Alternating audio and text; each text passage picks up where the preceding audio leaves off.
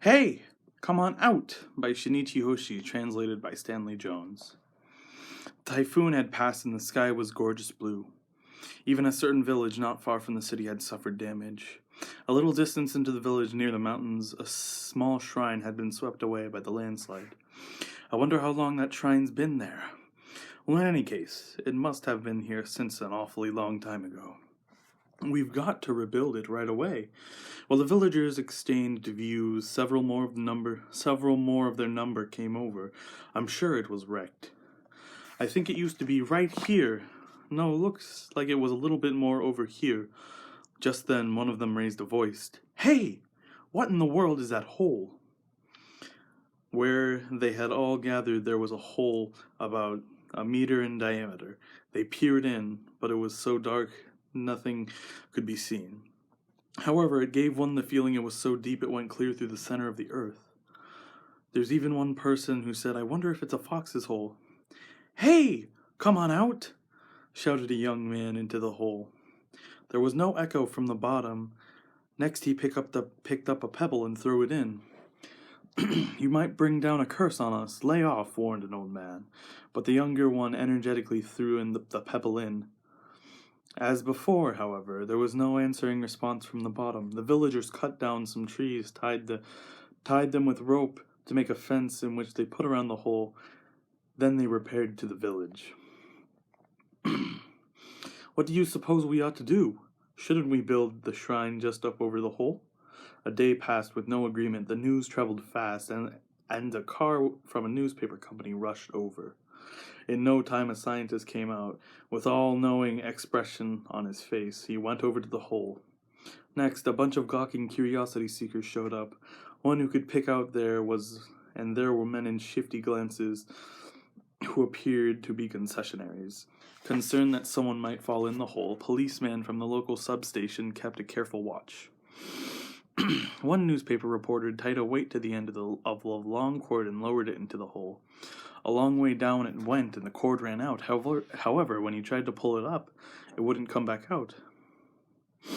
3 people helped out, but when they all pulled too hard, the cord parted at the end of the hole.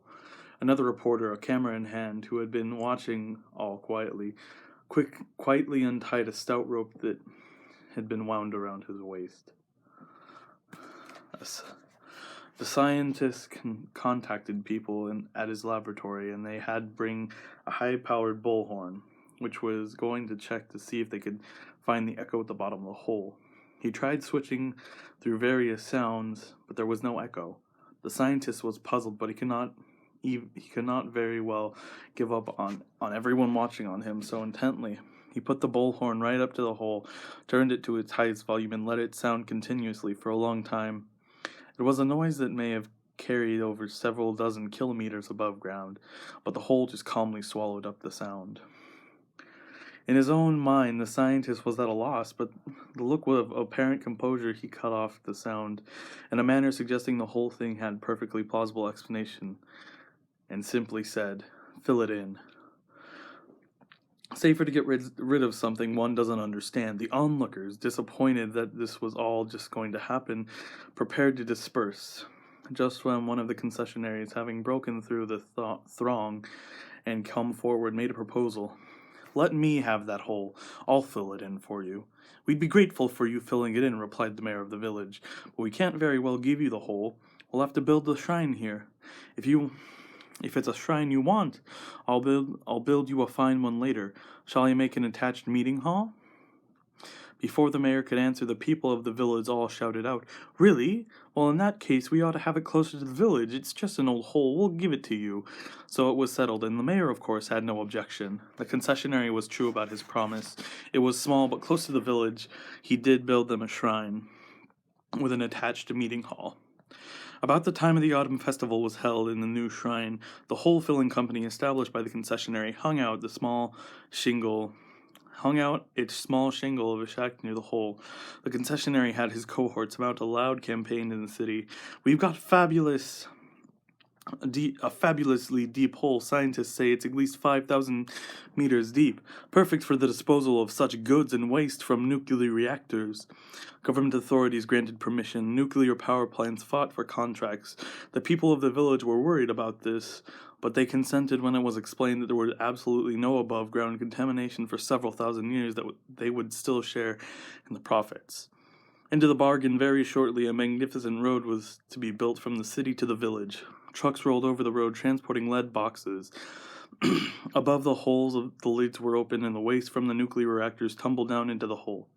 From the Foreign Ministry and Defense Agency, boxes of unnecessary classified documents were brought for disposal. Officials came to supervise the disposal, held discussions on golf. The lesser functionaries, as they threw in papers, chatted about pinball.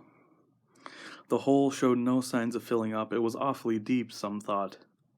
Or else it might be very spacious at the bottom. Little by little, the hole-filling company expanded its business. Bodies of animals used in contagious disease experiments at the universities were brought out, and those too were added to the unclaimed corpses of vagrants. Better than dumping all the garbage in the ocean, one thinking the city. And the plans for the long pipe to carry it to the hole began. The hole gave peace of mind to the dwellers of the city. They concentrated solely on producing one thing after another. Everyone disliked thinking about the eventual consequences. People only to work for production companies and sales corporations. They had no interest in becoming junk dealers. But it was thought that these problems would too gradually be resolved by the hole. Young girls who betrothals had been arranged discarded old diaries in the hole. There were also those who were inaugurating new love affairs and threw in holes of old pictures of themselves taken with former sweethearts. The police felt comforted using the hole to get rid of accumulations of expertly done counterfeit bills. Criminals breathed easy after throwing material of evidence in the hole. Whatever one wished to discard, the hole accepted it. The hole cleansed the city of its filth. The sea and the sky seemed to have a bit clearer than before. Aiming at the heavens, new buildings went up, constructed one right after the other. And one day, the top of a high steel frame of a new building, under construction, a workman was taking a break, and above his head he heard a voice shout, "Hey! Come on out!" But the sky in which he lifted his gaze, there was nothing at all. A clear blue sky merely spread over him. He thought this must be in his imagination. Then he resumed to his former position, from the direction of where the voice had come. A small pebble skimmed by him and fell unpast. The man, however, was gazing in an idle reverie at the city's skyline growing ever more beautiful, and he failed to notice.